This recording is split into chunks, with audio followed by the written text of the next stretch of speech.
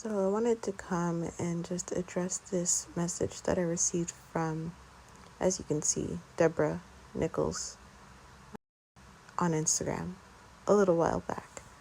And, I've mentioned it briefly, but I've never really spoken on why this message really gets on my nerves.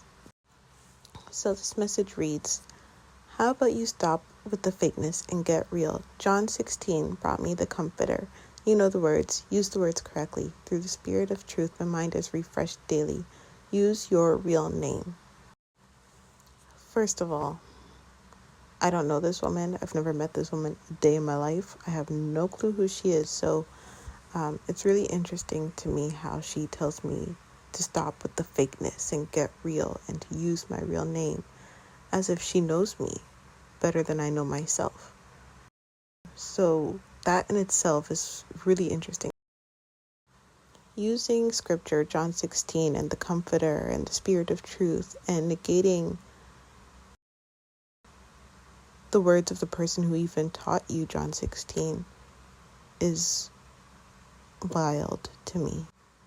Also telling me, I know the words, so use them correctly.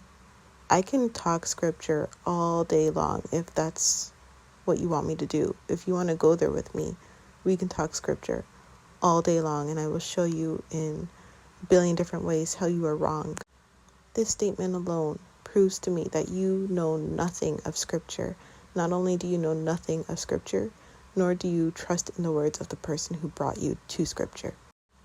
Maybe in the future I can get into scripture and what the comforter even means and how John 16 and the spirit of truth has impacted my life and why my name is the way that it is and why your name is the way that it is.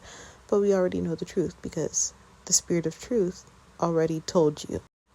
If you were to use your real name, it would be something way different than Nichols, ma'am. So please.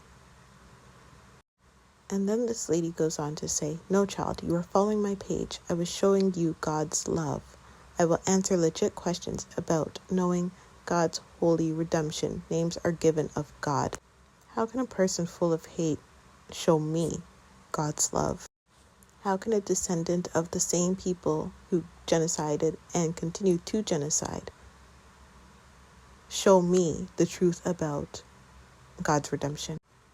How can you, walking around with a stolen name, who's built up a career off of a stolen name, teach me about names being given of God?" And not only that, you, ma'am, came to my page. You, ma'am, have been looking for me. I have never looked for you. So, stop with the fakeness and get real. How about you take your own advice?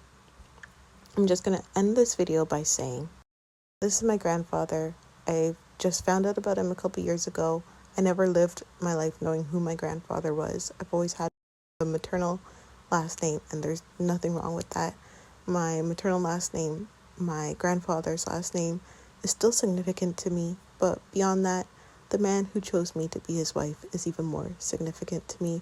And it doesn't matter what anybody says. Not you, Miss Deb, or anybody else.